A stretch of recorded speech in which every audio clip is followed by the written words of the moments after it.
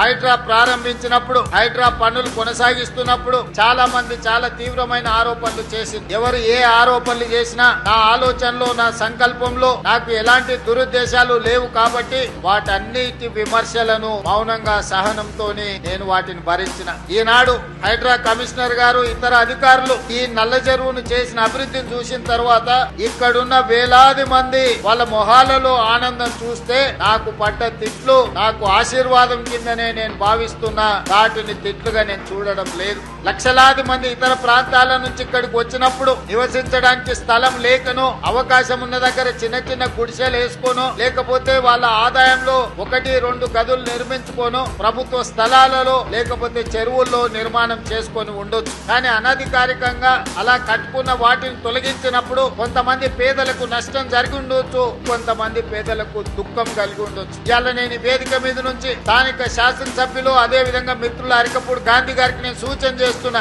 ఈ విధంగా ఎవరైనా నిర్వాసితులు జరిగితే, వాళ్ళు ఏవైనా నివాస స్థలం కోల్పోతే వాళ్లకు కొన్ని డబుల్ బెడ్రూమ్ ఇండ్లు నేను తీసి పెట్టినా, నిజమైన అర్హులైన పేదలుంటే వాళ్లకు నివసించడానికి అవసరమైన వసతిని కల్పిద్దాము. మీరు వాటికి సంబంధించిన వివరాలు సేకరించండి.